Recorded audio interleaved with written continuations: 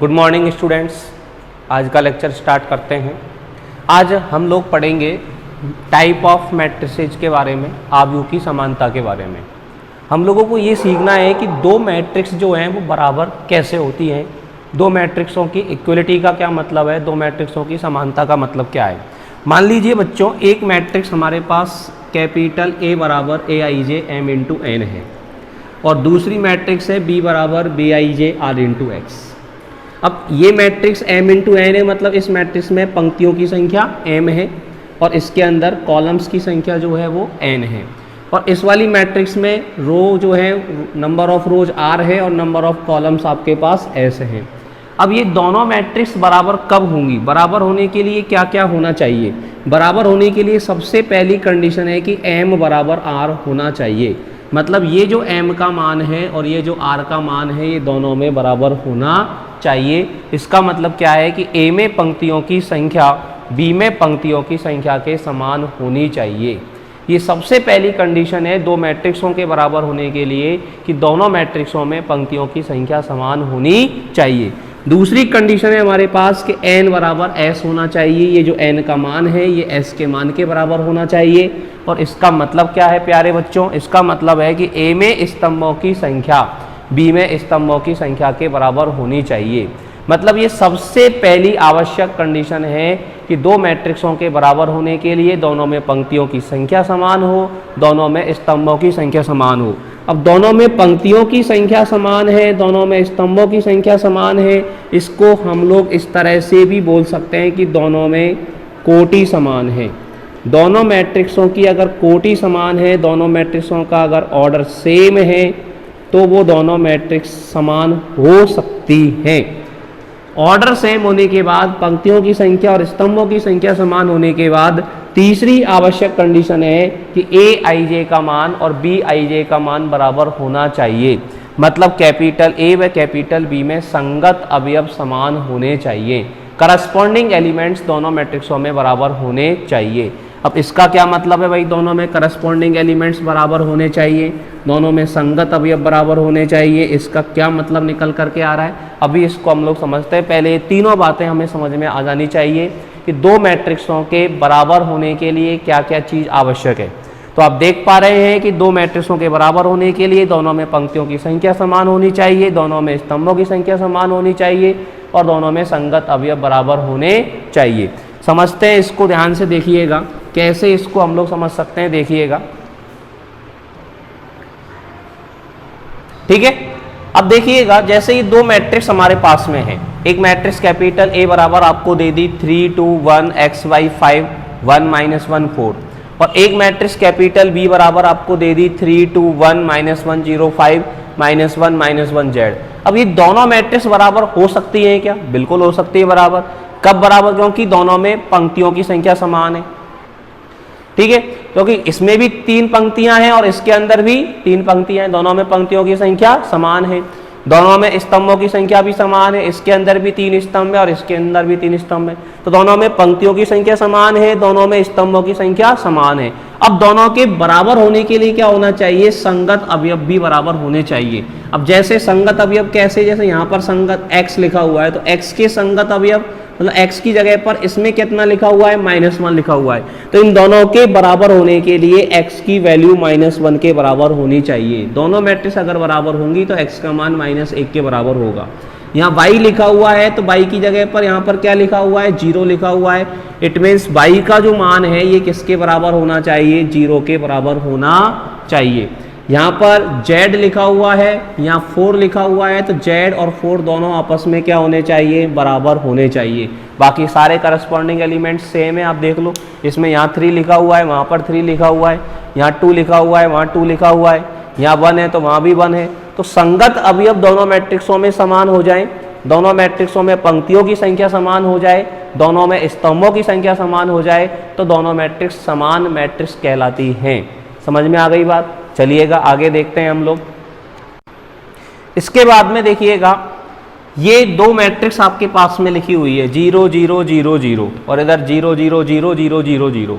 ये दोनों मैट्रिक्स समान नहीं हैं, आर नॉट इक्वल। दोनों मैट्रिक्स क्या नहीं है? समान नहीं है। क्यों समान नहीं है? इस मैट्रिक्स का अगर आप ऑर्डर देखोगे तो इस मैट्रिक्स का ऑर्डर कितना है प्यारे बच्चों, 2 इंटू 2। 2 इंटू 2 क्यों है, क्योंकि 2 इसके अंदर रो है और 2 इसके अंदर कॉलम है। और इस मैट्रिक्स का अगर हम लोग ऑर्डर देखेंगे तो इस मैट्रिक्स का ऑर्डर आपको मिल रहा है 2 इंटू 3। अब आप लोग यहाँ पर देख सकते हैं कि दोनों में पंक्तियों की संख्या तो दोनों में समान है, लेकिन स्तंभों की संख्या दोनों में समान नहीं है, इसलिए दोनों मैट्रिक्स बराबर नहीं हो सकती। मैंने आपको बताया था, आपको समझाया था कि दो मैट्रिक्सों के बराबर होने के लिए दोनों में पंक्तियों की संख्या बराबर होनी चाहिए, दोनों में स्तंभों की संख्या बराबर होनी चाहिए, या स्तंभों की संख्या बराबर नहीं है तो ये दोनों मैट्रिक्स किसी भी प्रकार से समान मैट्रिक्स नहीं हो सकती। समझ में आया बच्चों? अब इनके ऊपर हम लोग क्वेश्चन स्टार्ट करने जा रहे हैं। और बच्चों इससे पहले अगर आपने वीडियो को लाइक नहीं किया है तो वीडियो को लाइक कर दीजिए, कमेंट कर दीजिए। आप कमेंट करके हमें बताएं कि आपको किस तरह का समझ में आ रहा है, कहाँ आपको समझने में दिक्कत आ रही है, ताकि हम आपकी प्रॉब्लम्स को सॉल्व कर सकें। कैसा आपको पढ़ने पर लग रहा है हमें हमारा फीडबैक कमेंट में दे करके बताएं आप लोग। ठीक है प्यारे बच्चों, और अपने सभी फ्रेंड्स के साथ में वीडियो को शेयर कीजिए और हमारे चैनल को सब्सक्राइब कर लीजिए, ताकि आने वाले वीडियो आपको तुरंत मिलते रहें। और बेल आइकन्स का बटन दबा दीजिए ताकि उनका नोटिफिकेशन भी आपको मिलता रहे। चलिएगा इनके ऊपर क्वेश्चंस मैं आप लोगों को कराता हूँ, देखिएगा। देखिए बच्चों, इस क्रम में सबसे पहला प्रश्न है हमारे पास में ये। यहाँ पर आपको दो मैट्रिक्स दे रखी है। एक मैट्रिक्स के अंदर आपको दिया हुआ है x+3 2y + x z-1 4a - 6 और बराबर दे रखा है आपको 0 -7 3 और 2a। और हमसे कहा गया है यहाँ पर कि x का मान बताइए, y का मान बताइए, z का मान बताइए और a का मान बताइए। ये दोनों मैट्रिक्स अगर आपस में बराबर हैं तो हमें x की वैल्यू बतानी है, y की वैल्यू बतानी है, z की वैल्यू बतानी है और a की वैल्यू बतानी है। सबसे पहले तो इस मैट्रिक्स का ऑर्डर देखें तो 2 इंटू 2 है, और इस वाली मैट्रिक्स का ऑर्डर भी देखें तो 2 इंटू 2 है। तो आप देख पा रहे होंगे दोनों मैट्रिक्सों में पंक्तियों की संख्या समान है, दोनों में स्तंभों की संख्या समान है। तो ये दोनों मैट्रिक्स समान मैट्रिक्स हो सकती हैं। अब समान मैट्रिक्स होने के लिए क्या होगा, संगत अवयव इनके बराबर होने चाहिए। संगत अवयव मतलब x+3 किसके बराबर होना चाहिए, 0 के। तो लिखेंगे अपन बाय कंपेयरिंग, मतलब तुलना करने पर।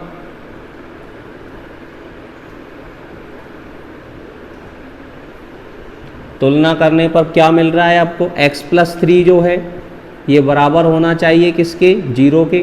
और x+3 जब 0 के बराबर होगा तो x बराबर कितना हो जाएगा, -3 हो जाएगा। समझ में आ रहा है बात? फिर 2y + x जो है ये किसके बराबर होना चाहिए, -7 के। संगत अवयव बराबर होना चाहिए। ये इसमें पहली पंक्ति का दूसरा अवयव है तो ये इसमें पहली पंक्ति के दूसरे अवयव के बराबर होगा। मतलब 2y + x जो है ये बराबर होना चाहिए किसके, -7 के बराबर होना चाहिए। अब x का मान पहले ही हम लोग निकाल चुके हैं -3, तो x का मान -3 इसके अंदर हम लोग लगा देंगे। 2y + x की जगह पर -3 लिखेंगे तो = -7। अब ये प्लस माइनस माइनस हो जाएगा और माइनस के 3 को इधर ले जाएंगे हम लोग।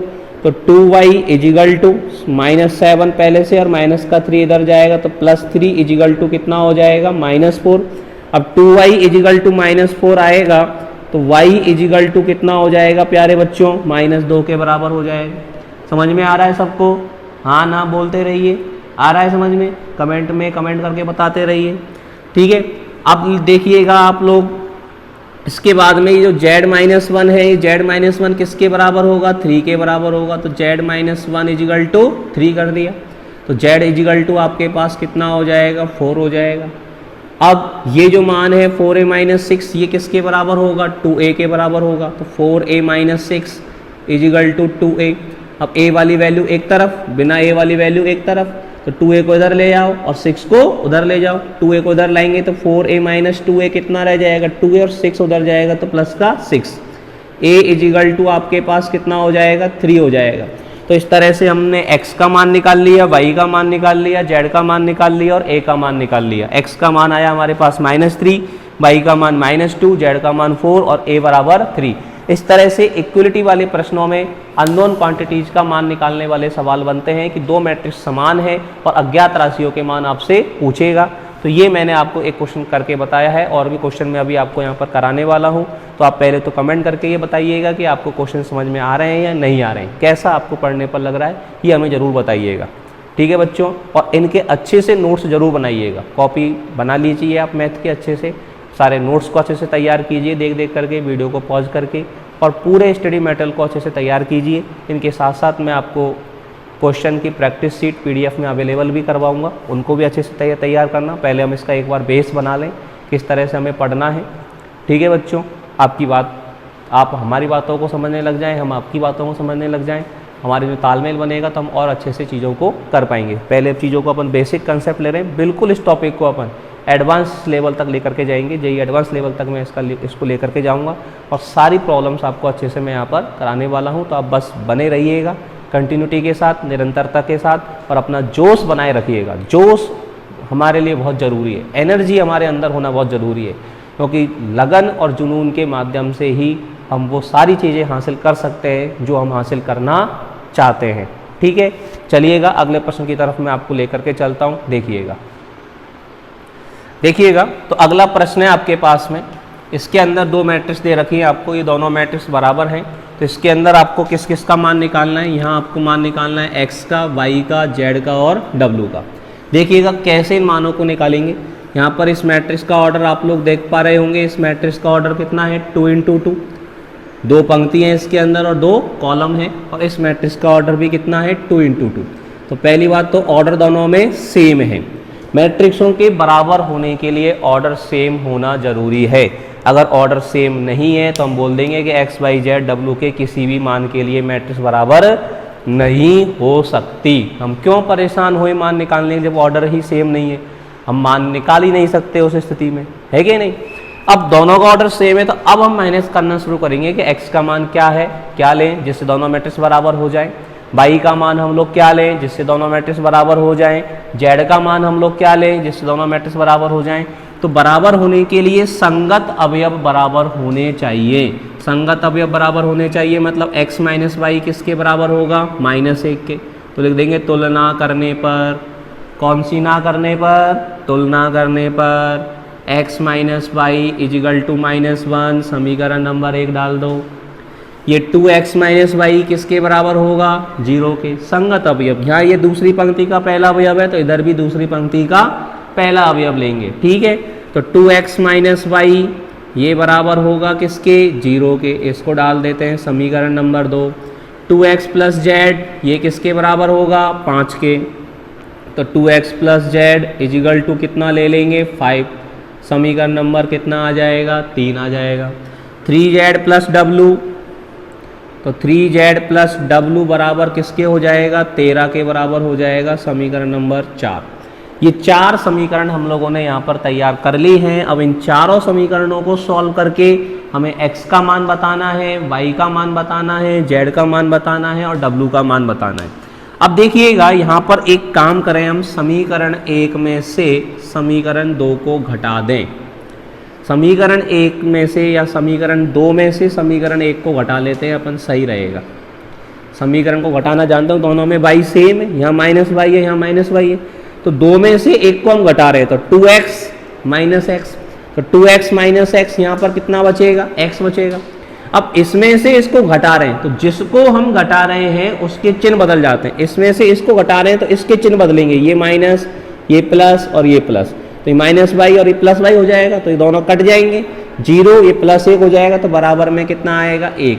तो समीकरण 2 में से समीकरण 1 को आप घटाओगे तो आपको x का मान कितना मिल जाएगा प्यारे बच्चों, 1 मिल जाएगा। समझ में आ रहा है, करके बताऊँ। इधर से देखो 2x माइनस वाई इधर बराबर 0 है, समीकरण नंबर 2 है। इसमें से घटा रहे हैं अपन x माइनस वाई को बराबर -1 को। जिसको हम घटा रहे हैं उनके क्या बदल देते हैं, चिन्ह। ये माइनस का हो जाएगा, ये प्लस का और ये प्लस का, तो ये आपस में कट जाएगा। 2x में से x गया तो x और 0 + 1 कितना हो गया, 1। इस तरह से ये x का मान 1 हमारे पास निकल करके आया। समझ में आ गई बात यहाँ तक। अब देखिएगा समीकरण 2 में से समीकरण 1 को घटा करके ये हमने x का मान यहाँ पर निकाल लिया। अब ये जो x का मान है ये या तो समीकरण 1 में लगा दो या समीकरण 2 में लगा दो तो y का मान आ जाएगा। तो समीकरण 1 से हम लोग क्या देख सकते हैं, x का मान 1 लगाएंगे, 1 माइनस वाई इजिकल टू -1। अब -1 को इधर ले आओ तो +1 हो जाएगा, माइनस वाई को उधर ले जाओ प्लस का वाई हो जाएगा 1, और ये माइनस का 1 इधर आएगा तो 1 और 1 कितना हो गया 2, माइनस के वाई को उधर ले गए तो प्लस के वाई, तो वाई का मान कितना आ गया प्यारे बच्चों आपके पास 2 आ गया। x इजिकल टू 1 हो गया, y इजिकल टू 2 हो गया। ठीक है, अब क्या करें, ये जो x का मान है इसको समीकरण नंबर 3 में लगा दें तो किसकी वैल्यू आ जाएगी आपके पास, z की वैल्यू आ जाएगी। तो समीकरण नंबर 3 से देखिएगा, देखते रहो, एनर्जी बनाए रखो, जोश बनाए रखो। ठीक है, x का मान कितना लगाना है हम लोगों को 1 लगाना है, तो x का मान 1 लगाओगे तो 2 1 2। ठीक है भैया, और प्लस z बराबर में कितना आ गया 5 आ गया। ठीक है, अब 2 को ले जाइए इधर की तरफ तो z बराबर 5 - 2 कितना हो गया 3, तो z का मान आपके पास कितना आ गया 3 आ गया। ठीक है, अब ये जो z का मान आया है इसको चिपका दो किसके अंदर, समीकरण नंबर 4 के अंदर। तो समीकरण 4 से देखिएगा, समीकरण नंबर 4 क्या गोल खिलाता है, देखो समीकरण नंबर 4 में किसका मान चिपका रहे हैं अपन, z का। कितना मान है 3, तो 3 × 3 कितना हो जाएगा 9, प्लस कितना है w। ठीक है, w से कोई छेड़छाड़ हमने करी नहीं है, उधम करा नहीं है इसके साथ, है कि नहीं। बराबर में कितना है हमारे पास 13, 9 को ले जाइए उधर तो w बराबर 13 - 9 कितना हो जाएगा 4, तो w का मान आपके पास कितना आ गया 4 आ गए सबके मान। x का मान 1 आ गया, y का मान 2 आ गया, z का मान 3 आ गया और w का मान 4 आ गया। क्लियर। अगला प्रश्न देखो, अभी आगे अभी तो मैं सीधे सीधे प्रश्न कराना हूँ उसके अंदर, अभी आगे बहुत अच्छे अच्छे सवाल आने वाले हैं, तो पूरे सवालों को अच्छे से ध्यान से देखें, एक एक क्वेश्चन को, एक एक स्टेप्स को ध्यान से समझना अगर मैथमेटिक्स को अच्छी करना चाहते हो तो। ठीक है, मेरा साथ दोगे, बन करके रहोगे, निरंतरता बनाए रखोगे, अच्छे से नोट्स बनाओगे तो बहुत अच्छा इंटरेस्ट आपका होने वाला है मैथमेटिक्स के अंदर, जिससे बहुत अच्छी स्कोरिंग आप अपने एग्जाम्स में करने वाले हैं, चाहे वो बोर्ड एग्जाम हो, चाहे वो कंपटीशन एग्जाम हो, चाहे वो जेईई मेंस का लेवल हो, चाहे जेईई एडवांस का लेवल हो। ठीक है बच्चों, तो आप साथ बनाए रखें। देखिएगा अगले प्रश्न की तरफ हम लोग चलेंगे। देखिए, देखो बच्चों, अगला प्रश्न है हमारे पास में, if matrix as capital A बराबर ये मैट्रिक्स दे रखे हैं एंड कैपिटल बी बराबर ये आर इक्वल। अब उसने भाषा में कहा है कि दोनों मैट्रिक्स समान हैं, आर इक्वल हैं, then find the value of A and B. तो ए का मान ज्ञात करो और बी का मान ज्ञात करो। दोनों मैट्रिक्स बराबर हैं, मतलब ए वाली मैट्रिक्स क्या है a + b 2 5 ab, और ये वाली मैट्रिक्स आपको बराबर दे रखी है किसके 6 2 5 और 8 के। अब हमसे कहा गया है कि दोनों मैट्रिक्स बराबर हैं तो a का मान क्या होगा और b का मान क्या होगा। अब देखो 2 2 के बराबर है, 5 5 के बराबर है, दोनों का ऑर्डर भी सेम है, इसका ऑर्डर भी 2 × 2 है और इसका ऑर्डर भी 2 × 2 है। अब a और b के मान निकालने तो ये a + b किसके बराबर होना चाहिए 6 के बराबर होना चाहिए, और ए बी जो है ये किसके बराबर होना चाहिए बच्चों 8 के बराबर होना चाहिए। होना चाहिए नहीं होना चाहिए, होना चाहिए ना, तो करिए ना। तो a + b किसके बराबर होगा 6 के, तो लिख देंगे तुलना करने पर, कौन सी ना करने पर, तुलना करने पर, बाई कंपेयरिंग बी गेट, क्या गेट कर रहे हो आप a + b = 6 समीकरण नंबर 1, और ए बी = हमारे पास हो गया 8 समीकरण नंबर 2। अब एक काम करते हैं, समीकरण 1 से b का मान उठा करके समीकरण 2 में लगा देते हैं। ठीक है, दोनों को सॉल्व करना पड़ेगा a और b के मान निकालने के लिए। तो समीकरण 1 से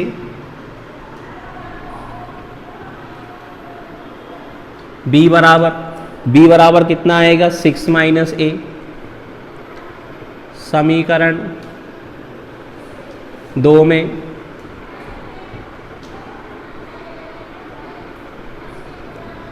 लिखने पर लिखिएगा समीकरण नंबर 2 में, तो a तो a है ही, अब b की जगह पर क्या लिख देंगे ब्रैकेट में 6 - a = कितना हो जाएगा 8, कितना हो जाएगा मल्टीप्लाई करोगे तो 6a - a² बराबर 8। इन सबको उधर ले जाएं, a² माइनस का है, इसको भी इधर ले जाएं, इसको भी इधर ले जाएं, तो a² कितना हो जाएगा प्लस का, 6a हो जाएगा माइनस का, और 8 उधर पहले से ही है बराबर में 0। अब इसके करने हमको गुणनखंड, इसके करने टुकड़ा, क्या करने, टुकड़ा, टुकड़े करने। कैसे करने टुकड़े, कि मल्टीप्लाई करने पर तो 8 आना चाहिए और जोड़ने पर -6 आना चाहिए। तो क्या लिख सकते हैं, -4 और -2, -4 और -2 को ऐड करते हैं तो -6 आ जाता है कि नहीं, और -4 और -2 को मल्टीप्लाई करते हैं तो 8 आ जाता है। तो इसको लिखेंगे हम a² -4a -2a, तो -4a -2a -6 हो गया कि नहीं हो गया, और +8 = 0। अब इन दोनों में से हमारे पास क्या कॉमन आ जाएगा, a कॉमन आ जाएगा, तो a कॉमन ले लो, कितना बचेगा a -4, और इन दोनों में से -2 कॉमन ले लेंगे तो ब्रैकेट में क्या बचेगा, a -4 बराबर कितना हो जाएगा 0। a -4 दोनों में से कॉमन ले लेंगे तो ब्रैकेट में बचेगा a -2 बराबर 0, तो a बराबर हो गया 4 या a बराबर 2। ठीक है, 2 नंबर का मल्टीप्लाई 0 है तो या तो ये वाला 0 है या फिर ये वाला 0, बीच में क्या लिखना पड़ेगा हमको, या। तो या तो a का मान 4 है या फिर a का मान 2 है। अब a के मान समीकरण नंबर 2 में लगा करके किसका मान निकाल सकते हैं, b का मान निकाल सकते हैं, चाहे 2 में लगा लो चाहे a में। तो a बराबर 4 पर b बराबर कितना आएगा 2, a का मान 4 इसमें लगाओगे तो b का मान 2, और इसमें लगाओगे तो अभी b बराबर 2, और a बराबर 2 पर निकालेंगे तो b बराबर कितना आएगा 4 आएगा। तो आंसर जो लिखेंगे हम लोग वो आंसर किस तरह से लिखेंगे, आंसर हमारा हो जाएगा a बराबर 4 b बराबर 2 या a बराबर 2 b बराबर 4। यहाँ पर a और b के मान जो हैं वो आपके लिए क्या क्या होने वाले हैं, a और b के मान होंगे कि a बराबर 4 b बराबर 2 या फिर a बराबर 2 b बराबर 4। इस तरह से इस क्वेश्चन को हम लोगों को करना है। समझ में आया सबको अच्छे से, बिल्कुल अच्छे से अपनी कॉपी में नोट कीजिएगा, अच्छे से नोट्स बनाइएगा और क्वेश्चन को तैयार कीजिएगा, और जो क्वेश्चन आपको प्रैक्टिस के लिए मिले उनको अच्छे से सॉल्व कीजिएगा। ठीक है, अगले प्रश्न की तरफ मैं आपको लेकर के चलता हूँ, देखिएगा। अगला प्रश्न है हमारे पास बच्चों, for what values of x and y are the following matrices are equal.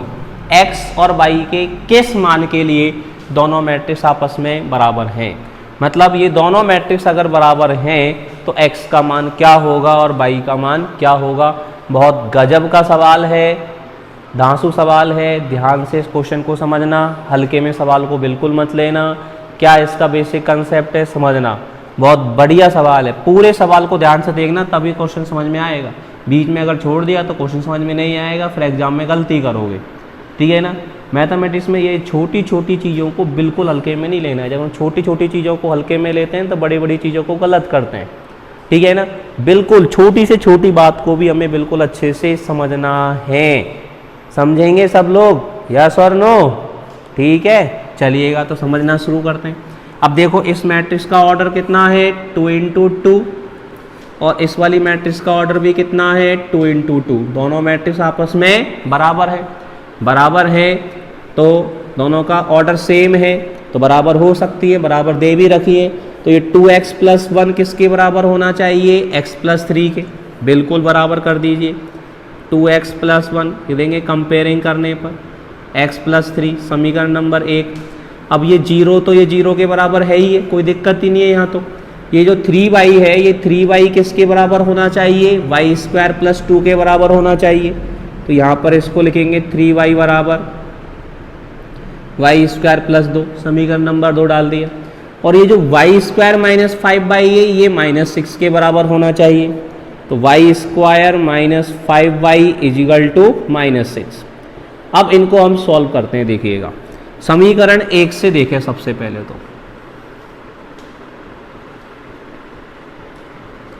समीकरण 1 से इधर x है इधर 2x है, तो x को इधर लाएंगे और 1 को उधर ले जाएंगे। तो 2x माइनस का x, तो इधर क्या बचेगा x, लिख दूँ डायरेक्ट, x इधर आएगा तो माइनस का आएगा ना, 2x पहले से ही है तो 2x - x कितना हो जाएगा x बराबर 3 - 1, तो 3 - 1 कितना हो जाएगा 2, 3 में से बन जाएगा तो कितना बचेगा 2 बचेगा। तो x = हो गया 2। अब x की वैल्यू 2 हो गई। ठीक है, तो x का मान तो हमारे पास निकल करके आ गया और x कहीं और है भी नहीं। अब समीकरण 2 से देखते हैं। समीकरण 2, अब देखो ये भी y के समीकरण है और ये भी y के समीकरण है। अब यहाँ पर ध्यान दें, वाई स्क्वायर प्लस 2 3y के बराबर होना चाहिए और Y square minus 5y minus 6 के बराबर होना चाहिए। ये द्विघात समीकरण है और ये भी द्विघात समीकरण है, और द्विघात समीकरण से आपको कितने मूल प्राप्त होते हैं प्यारे बच्चों? 2 मूल प्राप्त होते हैं। मतलब इस समीकरण को हल करेंगे तो भी हमें y के 2 मान आएंगे और इस समीकरण को हल करेंगे तो भी हमारे पास y के 2 मान आएंगे, लेकिन आंसर सारे नहीं होंगे। हमें y का वह मान हमारा आंसर होगा जो इस समीकरण में भी को भी संतुष्ट करेगा और इस समीकरण को भी संतुष्ट करेगा। मतलब y का वो मान हम लोगों को आंसर के रूप में लेना है जिसके लिए वाई स्क्वायर प्लस 2 3y के बराबर हो और Y square minus 5y minus 6 के बराबर हो। समझ में आ रहा है? आएगा, समझ में भी आएगा। ध्यान से देखो क्या कह रहा हूं मैं, फिर से सुनो। ये द्विघात समीकरण है, इससे y के 2 मान मिलेंगे।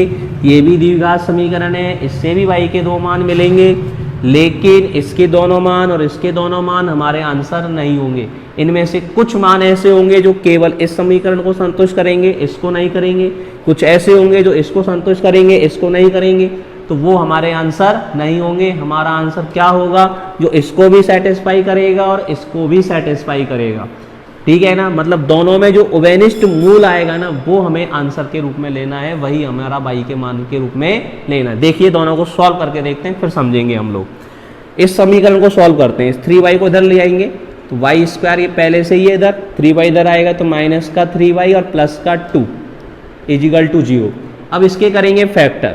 मल्टीप्लाई करने पर 2 आना चाहिए और जोड़ने पर -3 आना चाहिए, तो इसको लिख सकते हैं 2 एकम 2, 2 और 1 3 होता है, तो माइनस का 2y और माइनस का y प्लस 2 इजिकल टू 0। इन दोनों में से y कॉमन लेंगे तो ब्रैकेट में बचेगा y माइनस 2, इनसे माइनस कॉमन ले लो, y minus 2 equal to 0। y minus 2 दोनों में से कॉमन आ जाएगा तो ब्रैकेट में बचेगा y माइनस 1 इजिकल टू 0, तो y बराबर 2, y बराबर 1। ये इस समीकरण नंबर 2 को सॉल्व करने पर आ रहे हैं। ये मैं इधर लिख देता हूँ कि समीकरण नंबर 2 को सॉल्व करने पर y के मान क्या क्या आए हमारे पास? y बराबर 2 आया है और y बराबर 1 आया है। मतलब y बराबर 2 पर वाई स्क्वायर प्लस 2 का मान 3y के बराबर होगा और y बराबर 1 पर भी होगा। अब समीकरण नंबर 3 में से देखते हैं। समीकरण नंबर 3 को एक बार सॉल्व करते हैं कि समीकरण नंबर 3 को सॉल्व करने पर क्या होगा, वो हम लोग देखें एक बार। देखिएगा समीकरण नंबर 2 को हमने सॉल्व कर लिया। समीकरण नंबर 2 को सॉल्व करने पर y का मान 2 आया और y का मान 1 आया। समीकरण नंबर 3 से हमारे पास क्या आएगा जरा वो देखिएगा।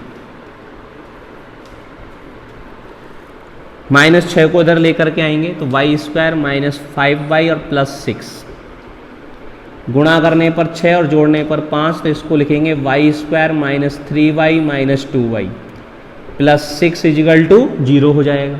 अब इन दोनों में से y कॉमन ले लेंगे तो ब्रैकेट में बचेगा y माइनस 3, यहाँ से -2 कॉमन ले लेंगे तो ब्रैकेट में बचेगा y minus 3 equal to 0। y minus 3 दोनों में से कॉमन आ जाएगा प्यारे बच्चों, तो ब्रैकेट में बचेगा y माइनस 2 इजिकल टू 0। तो यहाँ से समीकरण के मूल निकल कर के आ रहे हैं y बराबर 3 और y बराबर 2। अब देखिएगा इसको मैं इधर लिख देता हूँ। समीकरण 3 को सॉल्व करने पर y बराबर 3 आ रहा है और y बराबर 2 आ रहा है। ठीक है, अब आप लोग देख पा रहे होंगे कि y बराबर 2 जो है ये समीकरण 2 का भी मूल है और y बराबर 2 समीकरण 3 का भी मूल है।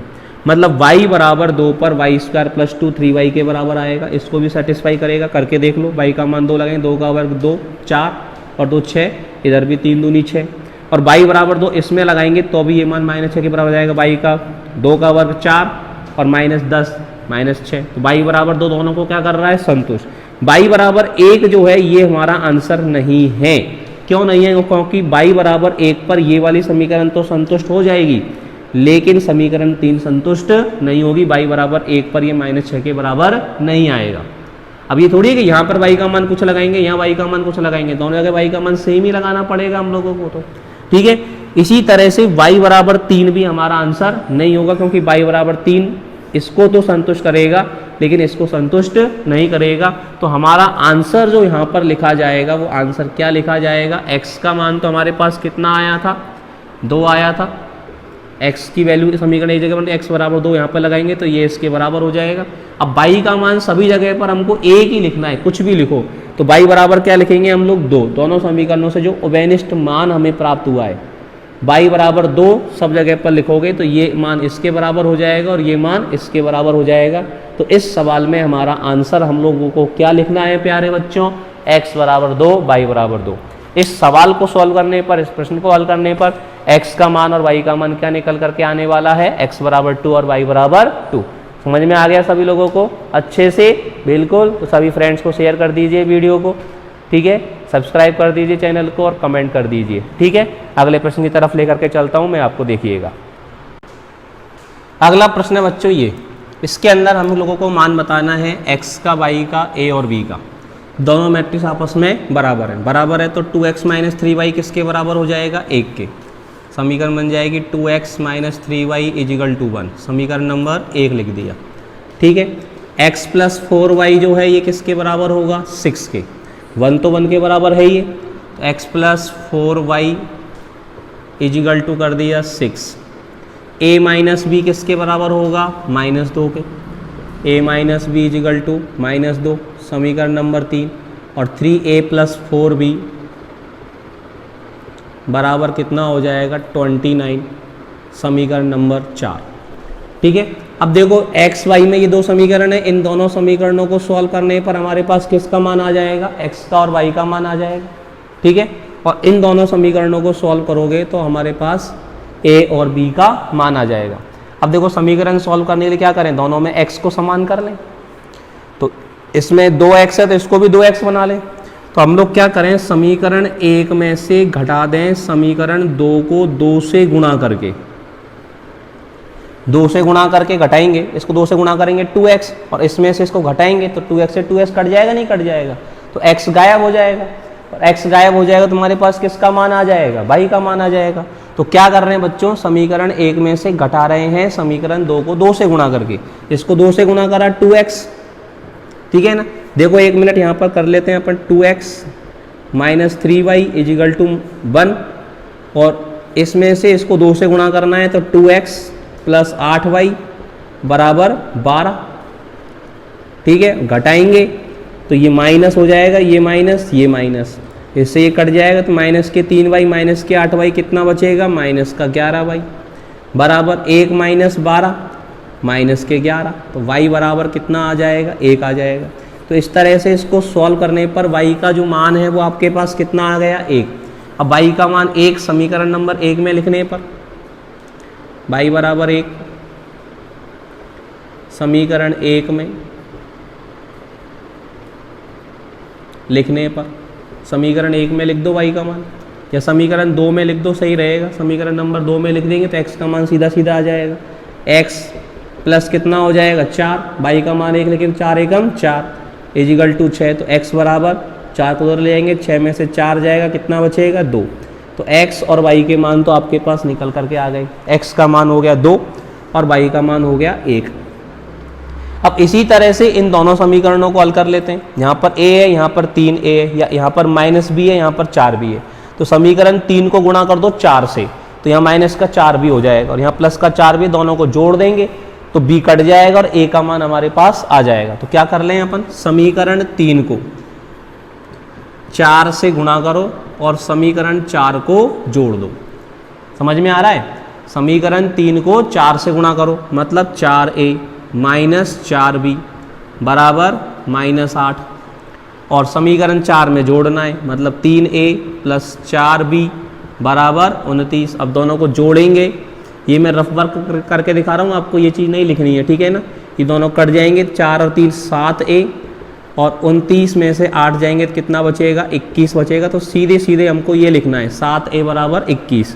तो a बराबर आपके पास कितना निकल करके आ जाएगा प्यारे बच्चों, 3 निकल करके आ जाएगा, a इक्वल टू 3।